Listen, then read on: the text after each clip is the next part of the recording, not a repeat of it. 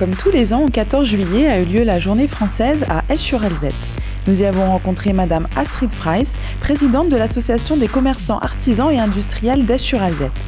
Il y a beaucoup de Français qui viennent à la braderie à Esch, premièrement parce que c'est déjà une tradition. Ça fait une paire d'années qu'il y a la journée française, c'est férié en France.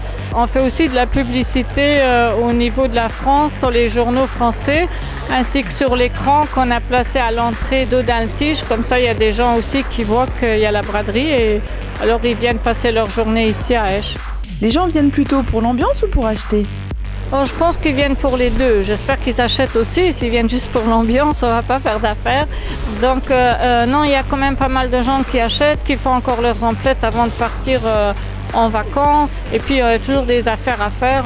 Il y a des magasins qui font les soldes, mais pour les braderies, il y a quand même encore souvent une remise supplémentaire.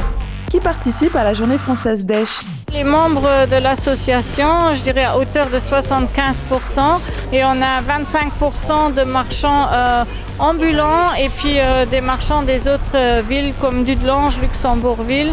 Il y a aussi des gens des marchés qui participent. Et que peut-on trouver sur les étals et dans les magasins ?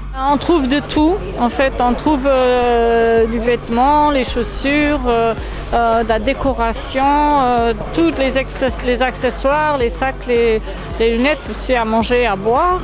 Il y a de tout. Y a-t-il d'autres arguments pour convaincre les frontaliers qui ne seraient jamais venus à la Journée française ? Maintenant, on a 3 grands parkings. On a plus de 1200 places parking, ce qui est aussi très intéressant. Et puis, c'est quand même la rue commerçante la plus grande du Luxembourg. On a 980 mètres.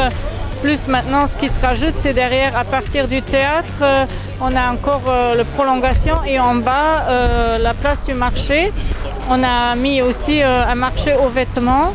Donc, il y a pratiquement que des marchands ambulants regroupés là-bas parce qu'il y a une grande demande pour les braderies de ces articles à bon marché.